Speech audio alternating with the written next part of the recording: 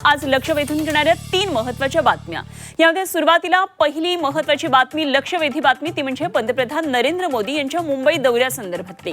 पंतप्रधान मोदी आज मुंबई दौऱ्यावर येणार आहेत आणि मोदी हे सोमवारपासून भारत भेटीवर असलेल्या फ्रान्सचे राष्ट्राध्यक्ष इमॅन्युएल मॅक्रॉन यांची भेट घेणार आहेत। लोकभवनमध्ये मोदी आणि मॅक्रॉन यांच्यामध्ये द्विपक्षीय चर्चा होणार आहे। या चर्चेमध्ये भारत फ्रान्स धोरणात्मक भागीदारीबाबत सविस्तर चर्चा पार पडणार आहे। त्यामुळे आज दिवसभर या बातमीकडे आपलं लक्ष असणार आहे, या घडामोडीकडे आपलं लक्ष असेल।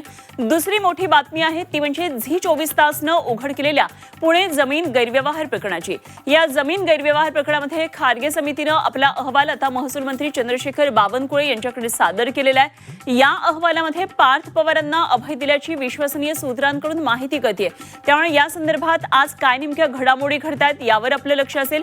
आणि तिसरी महत्त्वाची आणि मोठी बातमी ती म्हणजे राष्ट्रवादीतून उपमुख्यमंत्री सुनेत्रा पवार या मंत्री नरहरी झिरवाळ यांच्यावर नाराज असल्याचं कळतंय। मंत्रालयातल्या लाचखोरी प्रकरणावरून उपमुख्यमंत्री सुनेत्रा पवार या नाराज आहेत आणि काल मंत्री नरहरी झिरवाळ यांना सुनेत्रा पवार तसंच पक्षातल्या वरिष्ठ नेत्यांनी त्यांची भेट घेतली तेव्हा ही नाराजी व्यक्त केली आहे असं सूत्रांकडून कळतंय। तेव्हा आज या बातमीचे काय नेमके राष्ट्रवादीमध्ये अंतर्गत पडसाद उमटतात हे बघणं महत्त्वाचं ठरणार आहे।